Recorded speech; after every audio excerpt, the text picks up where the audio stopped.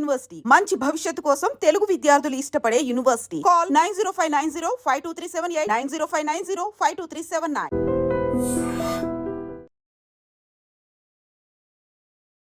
Bro mimicry ఎలా bro అది?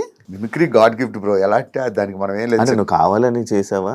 అంటే నేను మిమిక్రీ చేసావన్నట్టు అంత ఈజీగా అవుతుంది. కావాలని చేసావా అంటే మిమిక్రీ నేను చెయ్యాలి. Mimicry is God gift. కాలేజీలో ఉండేటప్పుడు లెక్చరర్స్ ని ఇమిటేట్ చేసేవాడిని. అలా సినిమాలు చూసి హీరోని అంటే అన్నీ చేయలేను, ఏదో ఒక 4-5 వరకు బాగా చేయగలను అంతే. మహేష్ బాబుది గారిది చేస్తా, చిరంజీవి గారిది చేస్తా, చాలా వరకు చేస్తా. ఆయన మూవీ కూడా డబ్బింగ్ చెప్పేవారు. వన్ సినిమాకి మొత్తం ట్రాక్ చెప్పా, అది వాయిస్ వినబడలేదు, డైలాగ్స్ చూస్తూ సినిమా అంతా మ్యాచ్ చేసుకెళ్ళా ఒక 5 రోజులు కష్టపడి. అంటే నువ్వు జస్ట్ నార్మల్ డబ్బింగ్ ఇచ్చా? సేమ్ యాస్టీ చెప్పేసా. ఆయన వచ్చి షాక్ అయ్యాడు. ఎవరు చెప్పారంటే ఫలానా భాస్కర్ అని చెప్పాడు. ఆయన షాక్ అయ్యి తర్వాత ఆయన చెప్పారు. కలిసారా, మాట్లాడారా? ఆ అదృష్టం ఒక్కసారి ఫోటో దిగాను అంతే, అక్కడ వేరే షూట్లో దొరకలేదు అటువంటి అదృష్టం. మై ఫేవరెట్ హీరో, చిన్నప్పటి నుంచి చాలా ఇష్టం. మహేష్ బాబు గారు, కృష్ణ గారి ఫ్యాన్, తర్వాత మహేష్ బాబు ఫ్యాన్. వస్తుంది దేనికైనా టైం వస్తుంది చెప్పాగా. నార్మల్గా భాస్కర్ అంటే జబర్దస్త్లోకి వచ్చాక కూడా బ్రో బుల్లెట్ భాస్కర్ కొంచెం డౌన్ఫాల్ అయ్యి మధ్యలో కొంచెం డౌన్ అంటే జనాల నుంచి వాటి నుంచి కొంచెం దూరం అయ్యి డౌన్ అంటే ఫేమ్ పరంగా కొంచెం జనాలకు దూరం అయ్యారు. ఎందుకు, రీజన్ ఏంటి బ్రో? అట్లా ఏం ఉండదు బ్రో. నాకు ఒక విషయం చెప్తా సీరియస్గా. నీ పేరేం పేరు ఇప్పుడు? యాంకర్ శివ. రేపు పొద్దున్న మెగాస్టార్తో చిరంజీవి గారితో సినిమా చేసావు. సినిమా పెద్ద బ్లాక్ బస్టర్ అయింది. నిన్ను యాంకర్ శివ అంటారా, శివ 2 అంటారా? యాంకర్ శివ పేరు ఒకసారి వస్తుంది, దాన్ని కాపాడుకుంటూ వెళ్ళాలి తప్ప డౌన్ఫాల్ హైఫాల్ మనం ఏమైనా పెద్ద పెద్ద హీరోలు ఒక సినిమా ఫ్లాప్ అయితే సినిమా డౌన్ఫాల్ స్టార్ట్ అవుతుంది. చిన్న ఇండస్ట్రీ కదా బ్రో. ఏం కాదు, వన్స్ పబ్లిక్ మనసులో పేరు వచ్చిందంటే అది జీవితాంతం ఉంటుంది. దాన్ని మంచిగా కాపాడుకుంటూ వెళ్ళిపోవడం. కానీ ఇప్పుడు బయట ఎప్పుడు వినలే ఇలాంటివి, అసలు పట్టించుకోను.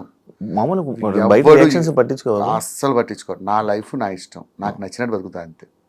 ఎవరి మాట విన్ను, ఎవరిని ఖాతరు చేయను. ఈ విషయం మా జబర్దస్త్లో ఎవరడినే చెప్తారు, నేను అసలు పట్టించుకోను. ఇప్పుడు బెట్టింగ్ యాప్స్ మీద మీకు ప్రమోషన్స్ వచ్చాయా చేయమని ఎప్పుడైనా? నాకు ఛానలే లేదు, ఇన్స్టాగ్రామ్లో అకౌంట్ లేదంటే, వీడియో చేసి పెళ్ళి అవ్వలేదంటే మీ ఆవిడ వంట ఏం చేస్తుంది మంచిగా అని అడిగినట్టుంది. ఇప్పుడు నార్మల్గా ఫేమ్ ఉన్న పర్సన్స్కి ఛానల్ ఏం అవసరం లేదు, వీడియోలు చేసేసి ఇచ్చేస్తే చాలు. నేను అలా మీ దాంట్లో కొంతమంది చేసి ఉన్నారు. నేను చేస్తాను. ఎలాంటి వాటికి తెలుసా అన్న, నేను ఇక్కడ టీ షాప్ పెట్టుకున్నాను, నాకు బయట ఇవ్వమని అన్నట్టు వాడికి ఇస్తా. అన్న నేను ఇక్కడ చిన్న హాస్టల్ పెట్టుకున్నాను, వాడికి ఇస్తా.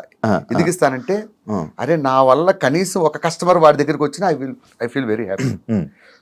ఇటువంటి బెట్టింగ్ యాప్స్ అనేది అది మనం అలాంటివి చేయలేం. దాన్ని చేయడం అంటే అంత దరిద్రం ఇంకోట్లేదు. అదే ఇప్పుడు నేను ఒక పాయింట్ ఒక కామెంట్కి సంబంధించి నేను ఒకటి తీసుకున్నా.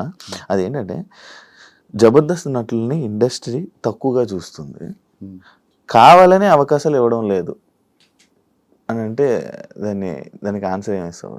అది వాడే అభిప్రాయం, మన అభిప్రాయం ఏం లేదు. అలా అవకాశాలు ఇవ్వకపోతే ఆది ఎలా వెళ్తాడు, గెటప్ శ్రీని ఎలా వెళ్తారు, చంద్ర వెళ్తారు, వీళ్ళంతా సినిమాలో చేస్తున్నారు కదా. అవకాశాలు ఇవ్వకపోవడం ఇస్తుంది, కాకపోతే ఒకటి టైం వస్తుంది, ఒకటి టైం రాదు, అంతే తేడా. తక్కువ చూస్తారా? అది ఉందా?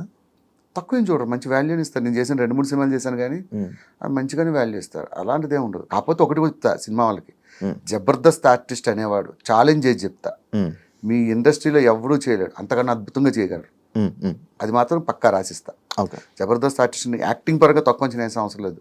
నేను జబర్దస్త్లోనే నాన్ స్టాప్గా 25 నిమిషాలు 30 నిమిషాలు నటిస్తున్నారంటే వాళ్ళు అలవోకగా కెమెరా ముందు చేసేయగలరు. అది అయితే 100% అర్థం. ఎందుకంటే పెద్ద పెద్ద ఆర్టిస్టులు మాకు గెస్ట్లకు వస్తారు కదా, వాళ్ళే చెప్తారు మాకు ఈ మాట. నాకు అప్పుడే అర్థమైంది జబర్దస్త్ ఆర్టిస్టులు గొప్పతనం. అరే మీరు ఎట్లా చేస్తున్నారా 20-25 నిమిషాలు నాన్ స్టాప్గా డైలాగులు గుర్తుపెట్టుకుని. సినిమా ఏముంది బాబు, చిన్న ముక్క ఇలా చెప్తారు కట్, చిన్న మొక్క చెప్తారు కట్, అట్లా కాదు కదా. ఒక స్కిట్ ప్రాక్టీస్ చేయాలంటే 25 నిమిషాలు దాదాపు ఒక 40-50 డైలాగులు గుర్తుపెట్టుకొని చేయాలి. నేను ఒకసారి వచ్చినప్పుడు చూసాను, నాకే ఇది ఎలా చేస్తారు అంత ప్రాక్టీస్ చేస్తాం. చిరంజీవి గారు మహేష్ బాబుతో వీళ్ళతో 3 కోట్లతో సినిమా చేయడం ఏంటి, ఆ కాన్సెప్ట్ ఏంటి? యాక్చువల్గా నేను అది ఒక నార్మల్గా చెప్పిన డైలాగ్ ఏంటంటే, నాకు యాక్చువల్గా నేను I'm not a great actor but good director. Script పరంగా నేనే రాసుకుంటా, డైరెక్షన్ విషయంలో నేను మంచి టాప్. ఎవరిని ఎట్లా మౌల్డ్ చేయాలి, ఎట్లా తీయాలి అనేది నాకు బాగా అవగాహన ఉంది. నా టార్గెట్ ఏంటంటే రేపు పొద్దున ఏదైనా సినిమా డైరెక్షన్ ట్రయల్స్లో ఉన్నా, రేపు పొద్దున ఒక సినిమా తీసినా ఒక 3 నుంచి 5 కోట్లు సినిమా తీయాలి. అదొక 100-200 కోట్లు 100 కోట్లు వచ్చేంత సినిమా తీస్తా. 3 నుంచి 5 కోట్లు ఎందుకంటారంటే సినిమా క్వాలిటీ, లేకపోతే దాన్ని షార్ట్ ఫిల్మ్ అంటారు. సో ఆ క్వాలిటీ పెట్టి సినిమా తీసి 5 కోట్లు ఒక 100 కోట్లు కొట్టే సినిమా తీయాలని నా టార్గెట్. ఫ్యూచర్లో కూడా అంతే. చిరంజీవి గారిని పెట్టా నేను 5 కోట్లని సినిమా తీస్తా. నువ్వు చిరంజీవి సినిమాని వస్తావా, సినిమాకి చిరంజీవి 100 కోట్లు పెట్టాడని వస్తావా? చిరంజీవి ఉన్నాడు. అంతే చాలు. సినిమాలో దమ్ము ఉండాలి, కథలో దమ్ము ఉండాలి, డైలాగ్స్లో దమ్ము ఉండాలి. సినిమా సూపర్ డూపర్ హిట్ అవుద్ది. అంతేగాని చిరంజీవి గారు 100 కోట్లు సెట్ వేసి ఒక ఫైట్ చేశారంటే ఫైట్ కోసం వెళ్తాను. నా టార్గెట్ చెప్తున్నా, నా ఫ్యూచర్. రేపు ఉదయం ఫ్యూచర్లో నేను డైరెక్టర్గా సక్సెస్ అయినా కూడా వీళ్ళతో కూడా అలాంటి బడ్జెట్లో సినిమా తీయాలని నా కోరిక. అంతే. మీ డైరెక్షన్ ఇష్టం బ్రో? చాలా ఇష్టం. మరి నేను జబర్దస్త్ చేసేది అదే కదా. అదే మరి ఎందుకు బ్రో బయట ఏం చేయలేదు? ఒక డైరెక్షన్ చేయాలని ఏం లేదా? లైక్ మన వేణు ఉంది.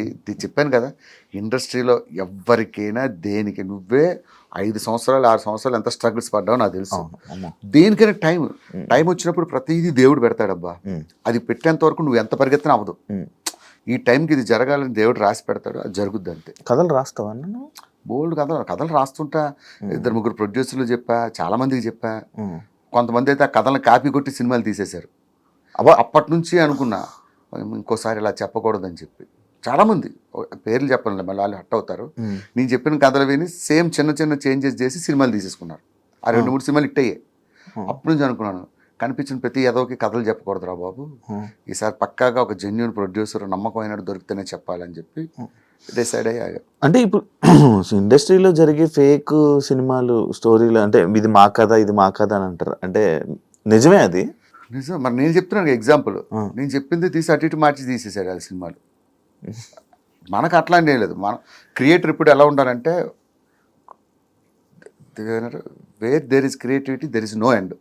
మనం కొత్తగా ఆలోచిస్తున్నంత కాలం, ఇప్పుడు జబర్దస్త్లు ఇన్ని సంవత్సరాల నుంచి చేస్తానంటే ఎప్పటికప్పుడు ఏదో కొత్తగా ట్రై చేయబెట్టే. మనం ఇన్నోవేటివ్గా ఆలోచిస్తున్నంత కాలం మనం దాని గురించి బాధపడాల్సిన అవసరం లేదు. ఇది కాకపోతే దీన్ని మించిన కథ ఇంకోటి రాసుకుంటాం.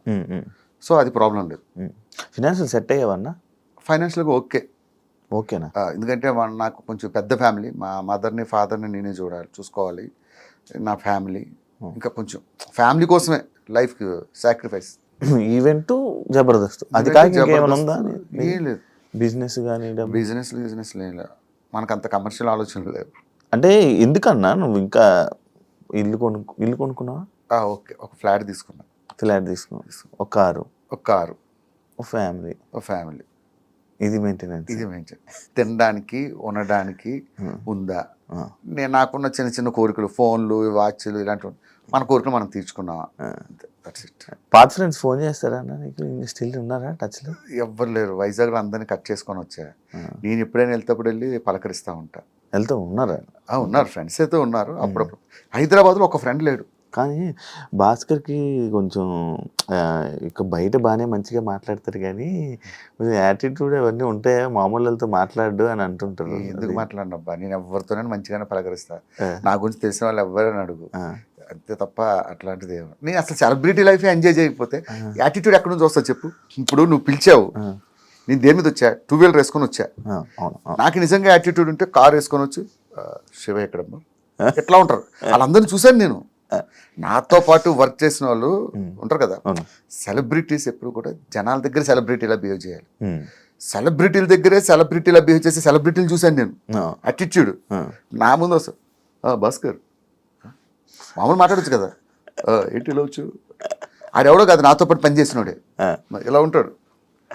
ఇంట్లో అమ్మ దగ్గర కూడా, ఇంటికి వెళ్ళి కూడా కాఫీ పెట్టావు, షుగర్ చూసుకో, వద్దులే ఎవరి పేర్లు వద్దు.